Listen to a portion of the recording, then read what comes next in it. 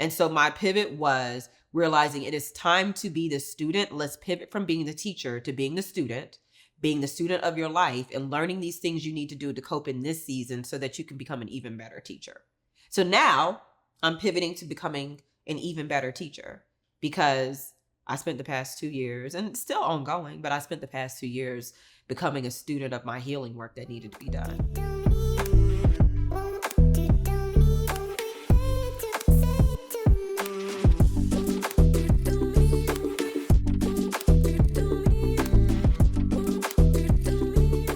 What's up, guys? Welcome back to another episode of Rich in Real Life. I'm your host, Jessica Hurley, and I am here with a very, very, very special guest.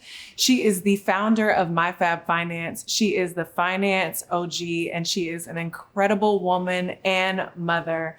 And I'm so excited to have this conversation because while it is very little about our financial situation, it's a very necessary conversation because you guys know what matters to me is how you navigate your life when it is not ideal, when it's not desirable, when you are experiencing unforeseen circumstances. And I think this conversation was so necessary, especially when you are where you think everyone perceives you should be, but you know better and you do better, but you don't necessarily feel better. And I think navigating those feelings is so important, and the honesty and the anger and the experience that we all experience when life just be lifing. So I am so honored and thankful to welcome Tonya Rapley to Rich in Real Life. Tonya. Hey. Hi, baby. I want to start here, and this is a silent thank you, and I think I've said this to you before. But I met you, I would say, on one of the 5 darkest days of my life. Darkest, like the darkest. Like holding it together with nothing to hold together. And I'll never forget it because it was in November 2021. Yeah. And I had the pleasure of being seated next to you at an awards ceremony. You were. Yes. Oh my God. And I was in the dark. And when I say dark, I'm talking about receiving everything I wanted to receive, and I couldn't feel shit. Like I couldn't feel anything. And I'm sitting next to your pleasant spirit. Girl. And so here I am winning this award, aka everything I have ever thought I wanted, that was Podcaster of the Year. I'm sitting next to you, whom I know of, but I've never met, and you're getting an award for Finance Expert of the Year. Mm-hmm. And I'm having a conversation with you, and I know I'm wearing it. You know how you know you're wearing it? I don't feel like you are. Exactly, in my mind, I'm like, right? I bet people like, girl, if you don't take this energy outside. No. I'm like, I can't hold it together. And you were the kindest spirit. And I think I may have mumbled something to you very light about what I was experiencing, where I had just I'm dealing with a separation. I just found out that my son's father has a new girlfriend. Like it just all took me by surprise this morning. And I was supposed to get married, and I'm so thrown off. And here's my mother sitting next to me who's never been on a plane with me. This is the first trip I've ever taken her on. So I'm supposed to be experiencing this immense joy, and I can't feel anything. And the only thing that is keeping me together is my mother's present and your just joyful spirit. Oh, you telling me about you and your sister's relationship. You just telling me about your son. Like you were just so in your present. You were so present. Thank you. And so I just always wanted to I even thought about, I think I messaged you once about it, but I was like, I have to tell her that in person, that you don't even know that you showing up in that space and that way that night was like one of the 2 things that held me together from hollering. You know, I didn't know that you were going through that, but everything alignment, right? Because that was where you meet people online, but there's also something about meeting someone in person and then taking that relationship online. And the fact that Cheryl sat, I don't know if Cheryl sat us at the table. I don't know if we had assigned seating, but we were assigned. Yep. Yes. To sit next to each other. Yep. And it's the life path is interesting because shortly after, going through my own dark days. Right. So what I can say is that you were still a light. You were still a light. And I think that's the burden of being a light bearer is that you don't know how to turn it off. And especially when you feel like you have to show up in spaces, especially when you feel like everybody expects me to be on and everything else. So you were a light. I feel like we were both flaming together. So Girl, yeah, life. So the reason I had to bring you on was one, obviously I wanted to thank you for that. Two, the beauty was it was obviously divine assignment because we kept in touch briefly, just on social media, online. And then I witnessed you experience very similar something. We both have sons. You know, we both experienced, I want to say like a separation and a breaking off of an identity. Yeah. And let me be very clear. Tonya is powerful, incredible, and walks in her light all day long. You are a finance expert. You are a profound speaker. You are a workshop leader. You do all the things. But when I saw you willing to bear and share that experience, and I think you did it in due time, where it was like, you were like, I'm walking this walk unexpectedly, circumstantially, and here's all the things I'm doing to heal, find myself, deal with the anger, deal with the unnecessary, I'm not gonna say unnecessary, unmet feelings that I never saw coming. I was like, oh my God, nobody talks about this. Like the pressure to show up, the pressure to keep showing up, the pressure to stay the person that you are when the reality is that the thing that has happened to you is most likely trying to take you somewhere else. Absolutely. And might have. Yes. Let's be honest. Yes. Might have taken you somewhere else. And like, how do you reorient yourself back to who you know you are? Yeah. How did you know that, at what point did you know that it was a call to pivot?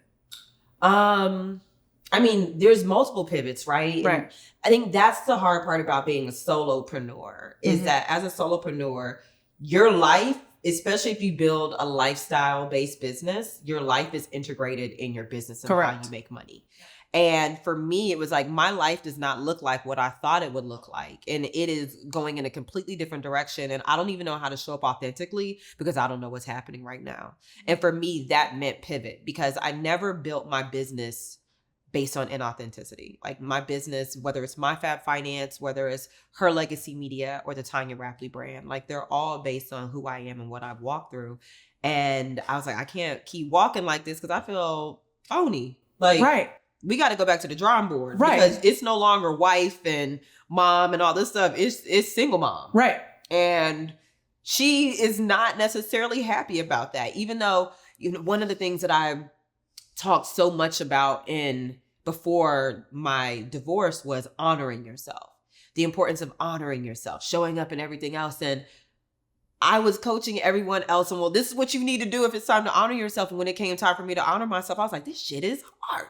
It's so hard. Like, it's so hard. Like, yes, I could go along and, you know, still have someone to pay bills and have someone to fall back on as an entrepreneur, because entrepreneurship is so much easier when you got somebody else helping you pay the bills. You're like, okay, if I ain't got it, you got it. Yeah, exactly. It's so much easier. And I could have gone with that arc and said, you know what?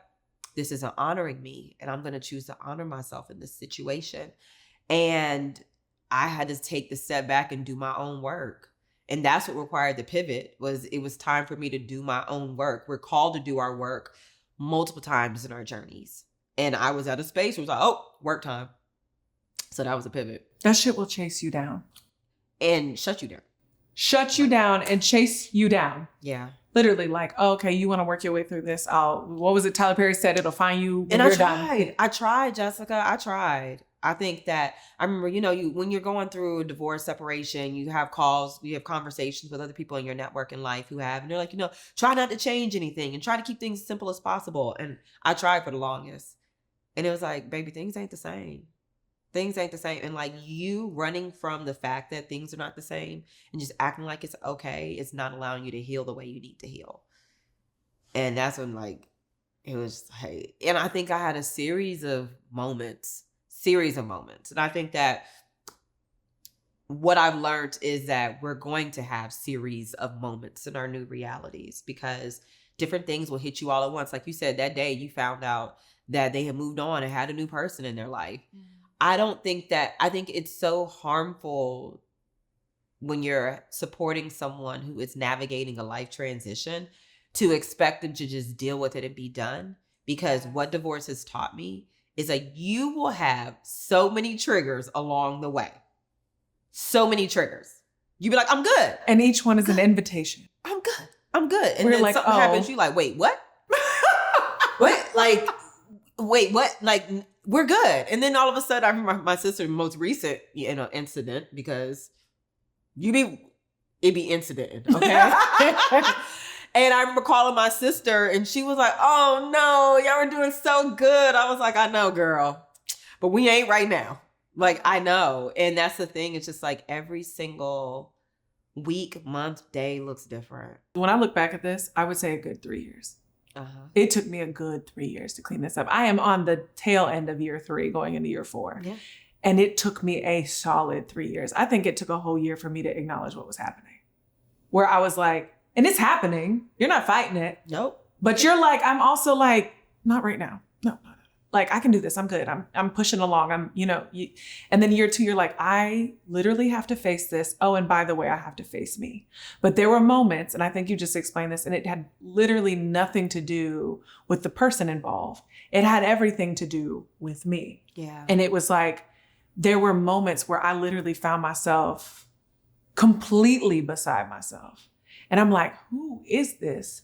And it was the Reiki and the therapy and the EMDR where I was like, I've never met these versions of me. Right. And I'm like, where did she come from? And finding out that there was this, 5-year-old girl in me having a fit because she felt like she did not matter. She felt like she was disposable. She felt like her value was dictated on someone else's approval. Mm-hmm. Like, and having to realize like, wait a minute, God. Whoa. So this experience is not just me grieving a human and a partnership and an idea and a thought of what I thought my life was supposed to be. Yeah. It is me grieving her. I'm grieving this version of her. I'm integrating with her. I'm trying to find ways to help her feel safe and seen and heard and understood. And I'm actually recreating the whole identity and universe that I live in that is like, you don't need to be validated by another soul. That's so hard too, right? Because I think that our whole so I don't allow my son to watch Disney movies. I don't watch them. For me, it was a decision when I first had them because I feel like Disney movies are always killing off parents. And for me, there's this little boy on his own for the rest of his life. It's like they're always orphans. And he's raised by a carpet. Girl, Lion King messed me up. Okay. Yes. And that was one of my anxieties when I first had my son, is not being around to raise him. Mm-hmm. And so I was like, we're not watching Disney movies. And then I started thinking and peeling back, and Disney movies, even so much of the stuff we're told is especially young girls, is validation and needing a prince to validate us on our worth and give us this fairy tale and everything else. And I was like, you know what? I'm not buying into those narratives, and I don't want to set that for him that he has to be a prince to save someone, because that also does something to a man's identity as well. And so we have this unhealthy idea of worthiness. And even for me, I think a lot of my work, one of the days that I broke down, and it was because I started to do the pivot. I wasn't as present in my business, My Fab Finance, that had brought me all this acclaim up until this point. Then it was where does my worth come from if I'm not working? And I sat down, I was like, I don't know. And I was in tears, and it was I don't know. And that I had to meet the versions of myself that is worthy even when she's not achieving. And that's so hard as someone who's groomed to be a high performer, a high achiever. We show up like that in our relationships. We show up like that in our parenting. We show up like that in our business. And it's so disorienting. Yeah. But like you said, you meet these other versions of yourself. You're required to do this different work. And one of the things that helped me and gave me the most peace was realizing that the person who was a catalyst for all this, in that my instance, one of the people, because I think there were multiple people during this time period, was my ex-husband. It was instead of thinking he did something to me, it was he was exactly who he needed to be for me to meet this version of myself. Because she wouldn't have emerged if everything would have went according to plan. Correct. So it's he was doing what he needed to be. Yep. And he was doing being who he needed to be, so that I would have to choose to walk this journey. And what I just find, I mean, sometimes I forget that. Sometimes I'm If bigger person was a like, thing. sometimes I'd be like, and, because we can also live, two things can be true. Yeah, two things yes, can he be was true. who he needed to be, but And also, I'm upset. I'm not with it. Right? I'm upset. But I so it's also, there's reminders. Awareness doesn't mean we won't have to be reminded, but it is, okay, this was an opportunity to meet this version of myself. Yeah. And she's so much doper than I thought I was. Doper. She's so much more capable. And I always say that, like, I don't think there's anything that sets us back like the lack of or failed attempts at love. Like, you can give me all the stages in the world to speak on, you can give me all the podcast downloads, but if like I can't, and all the accolades and the people saying that I'm doing everything right, but if I can't figure out love, like there's something, it will just set you back. And when you have to sit in, okay, who am I without all of that? Like, it was like this process of like rebuilding my confidence in a way that was like, who are you when you are at peace? Who are you? What does peace look like? Who are you alone? What does love feel like when no one's giving it to you? How do you create it from the center? Like, what were all these, like, it was like rebuilding. And then when I rebuilt that confidence, it was like, oh, well, that other shit I had was built on sand. listen, Sand. what was that? I could have went like this. Yeah. There was nothing there. Yeah. Like, this confidence, this thing hits different. It's an invitation. It's an invitation. I would say, like, it's an orientation into the next level of yourself. And so it's like, okay, I see myself differently. I feel myself differently. Mm-hmm. I know myself differently. Mm-hmm. I trust myself differently as a result. And when I say trust, it's like, I trust that I can hit rock bottom and still be okay. And I think that is, you don't want to. That's I don't want to keep hitting it. But it's the knowing, like, okay, I face my emotional fears, my relational fears. I hit rock bottom. And look at me. I'm still like, look at me. All right, what we got next? Yeah. Yeah. Before we go forward, because I want to talk about how this transitioned your view of love and success. But I do want to honor this, and I think this part is so important. One of the hardest things for me to navigate, and I want to know how you navigated this, was people's perception of the fact that I shouldn't be angry. Oh. Because I could not, and I think it's like the Leo portion of my 3 signs, but like, I could not get over that there were some times that I was just so angry, but I knew people were going to associate it with like you went from like wife to be to like bitter baby mama. And I could not get over like the unfairness was like, I went from one position to another real quick, and all of a sudden I'm supposed to just be like, but I'm so thankful. Like, I'm so good. Like, there were days that I woke up freaking angry at the world. And then people were like, but aren't you helping women? But don't you have a podcast? Like, not Miss Female Empowerment upset. And like, oh, well, you're all in your feelings all the time. And like, now, yes, I had to learn how to regulate those. That part was important. Emotional regulation. Yes. But like, how did you navigate the anger? I was sold that. That's the tricky part about like having a female empowerment based brand and like being someone who is connected with your highest self and like talks about this, is everybody expects you to always operate in that, even when people do some bullshit to you. Yeah. And it's like, no, I'm still a human being. And so, yeah. And I was told that by new girlfriend, like, aren't you supposed to be this healing person? It was just like, girl. Yeah. And I would say that I was not going to allow them make me feel bad for my emotions. At the end of the day, I would, if somebody tried to tell me you shouldn't, I'm like, why shouldn't I? Right. Because it's how I feel right now. Right. And you aren't in my place. You aren't in my position. And I can tell you, I'm not going to stay here. I'm not going to stay here. But this is where I am right now. And I need you to hold space for that. And if you don't feel comfortable holding space for that, that's totally fine. But this is where I am right now. And what I know to be true was what was inevitable was I had to sit in some of it. Yeah. Like, this is where I am. Yeah. I remember I had a conversation with my sister about how I was feeling. And she was like, well, just know the energy that you give out is going to come back to you. And I was like, okay, then let it. Let it. Fine. Let it. But that's where I was. And I think that everybody's not going to understand, but it is important to have those people that do understand, that you can laugh about it after the fact. Because my sister was like, remember how mad you were? I was like, girl, I was so angry. So angry. Thank you for listening to me about that. Yeah. Everybody's not Thank you for loving get, me through that season. That's the other thing. I think it is telling people who will love you through those seasons. You know, those people who truly, truly do love you unconditionally, or those people who have been through it. I think there's two people you can really have those conversations with. The people who have been through it because they know exactly how complex it is. Oh, everything you posted, I was like, baby, girl, I'm here. Listen, I got it. What do you need? We can have a group chat, right? You're like, this is how I'm feeling. Like I said, my friend sent me a voice note the other day and she's like, I got a key to car spirit right now. Like, been there. Been there. And I'm not judging you. The title of the episode. You're still dope. Right. You're still amazing. You're still transformative, and you're also human. Right. And so having those two people, the people who are going to hold space for you because they've been there, and the people who will hold space because they know what you're capable of and they know that you're moving through something and they give you grace and moving through that. That part. Yeah. That part.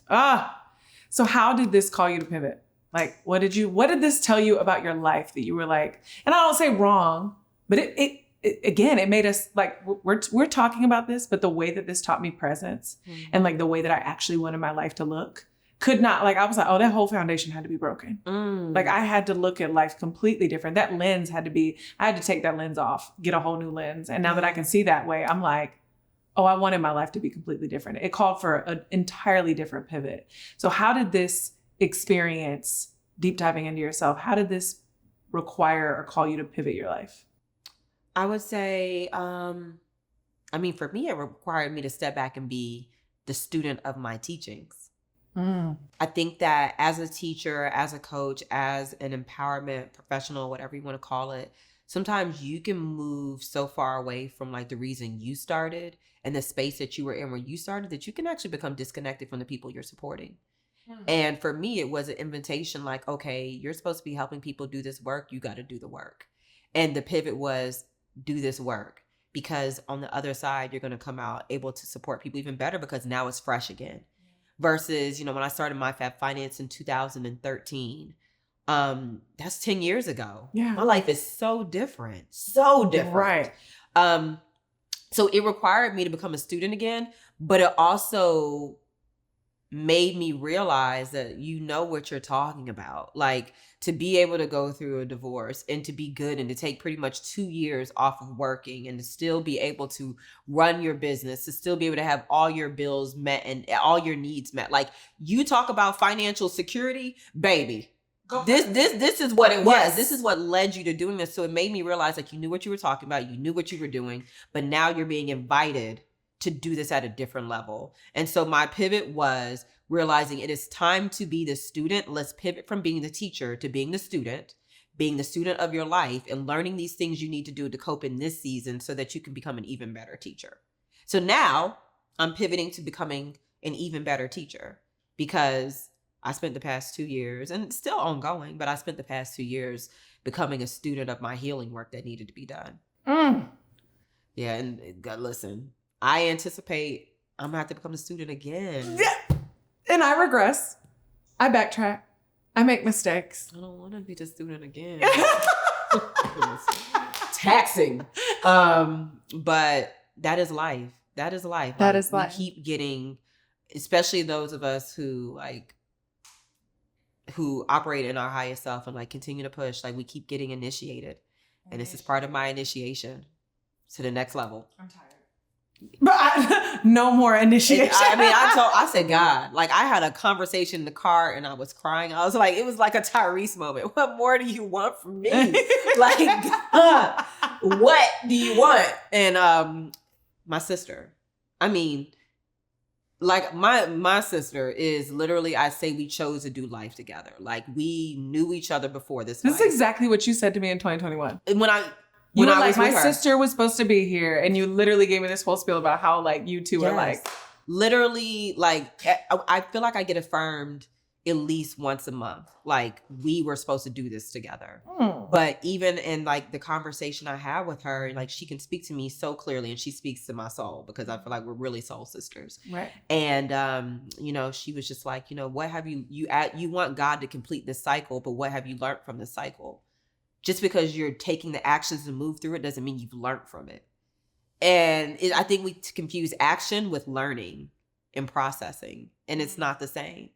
And I was like, damn, you're right. I'm over here frustrated at God, like telling him I want it to be over. And I haven't learned or I haven't reflected on why it happened in the first place.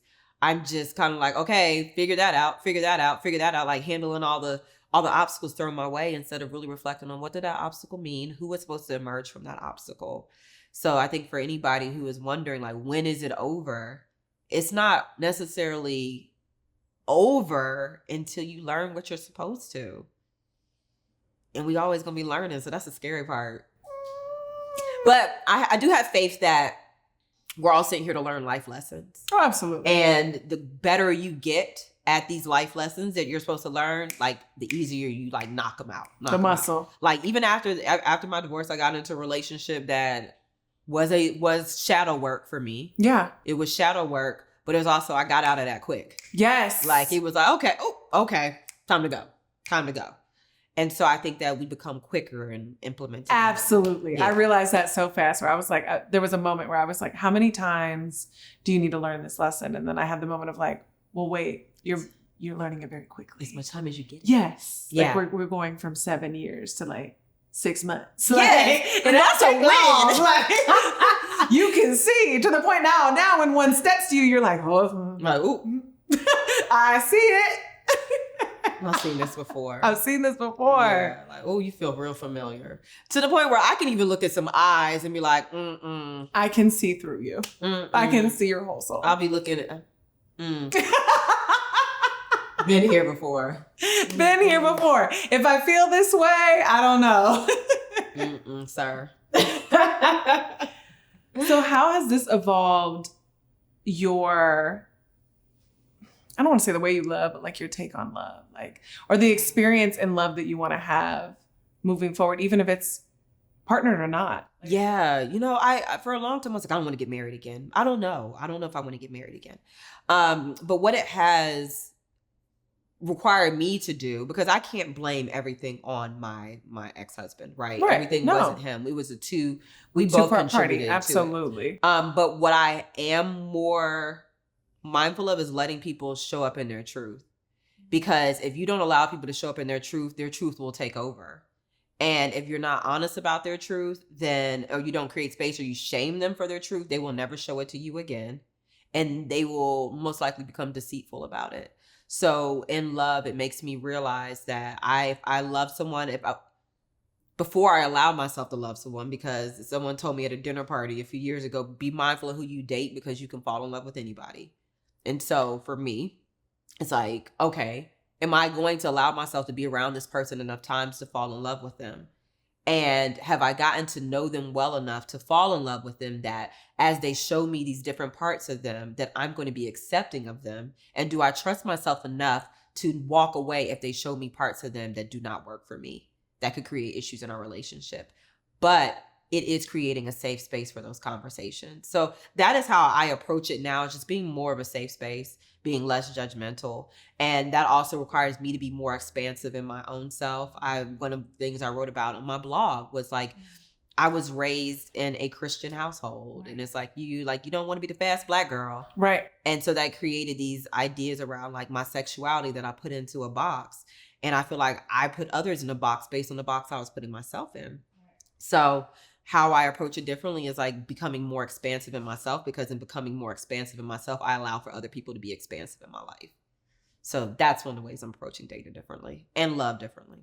You were already like, I don't know, we'll use the word hip or aware of like the healing work prior to this. Obviously, this is like a crash course in healing. Like, and I'm joking, but I'm not. In that like you literally have to dive head first in it so that you are not beside yourself all the time. Like I tell people like for the second month that I was clear on what was happening, I have fired 2 high performance business coaches, and I literally like filled a bench of healers.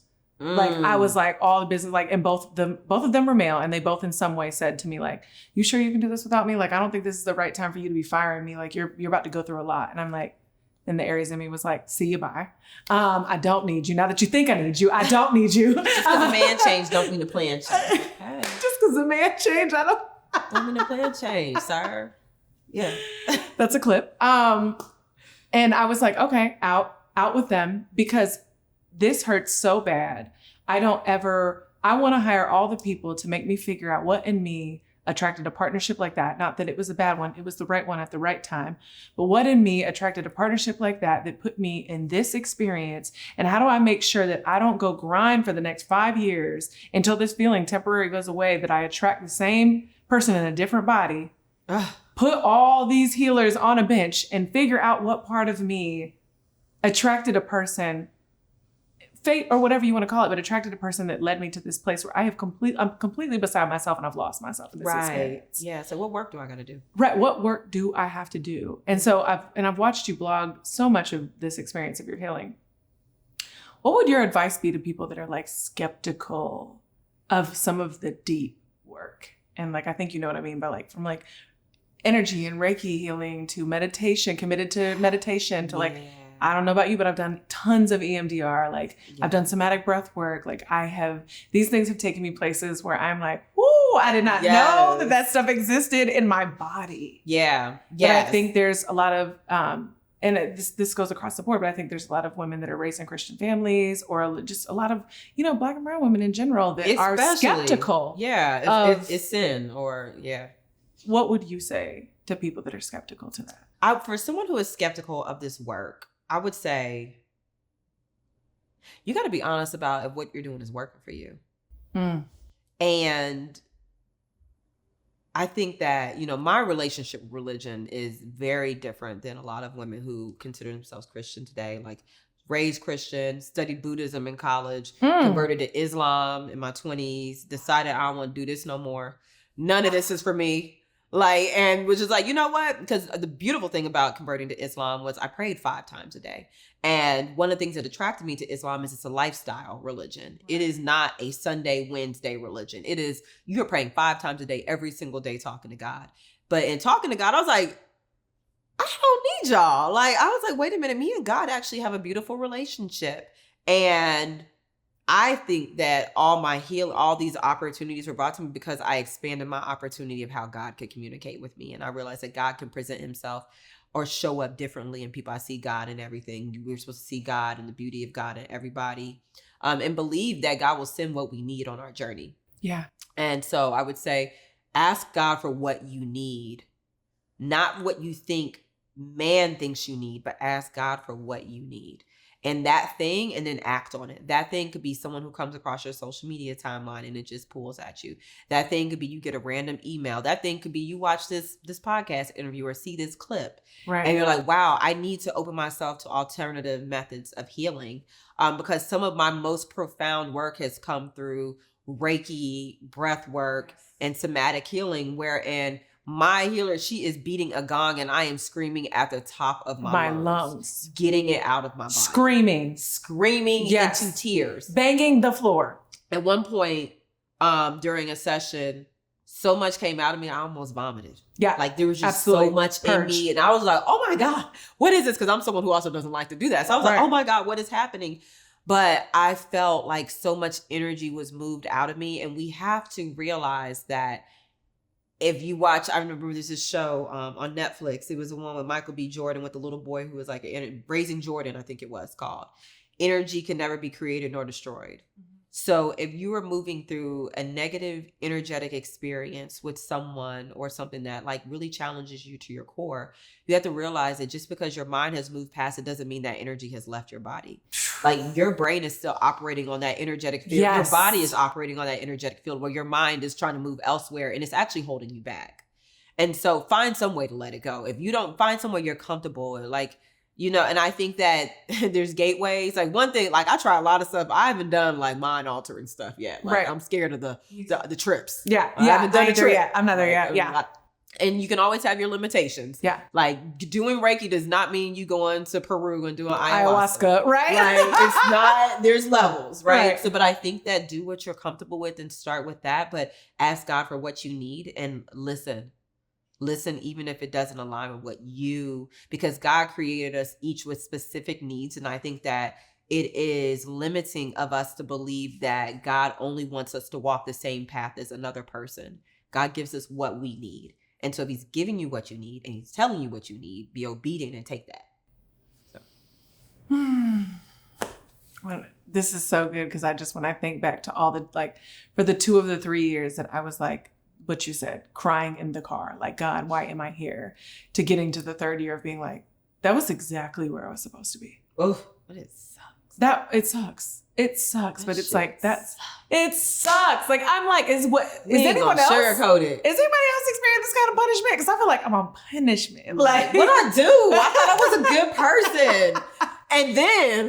And then to see like like a perpetrator or the person who like was a catalyst for this change just seemingly living. Oh my God. Like, why me? Why are they good? Like, wait a minute. And then you're like, God, what do you want from me? Like, what do you want? And why you ain't asking them? Like,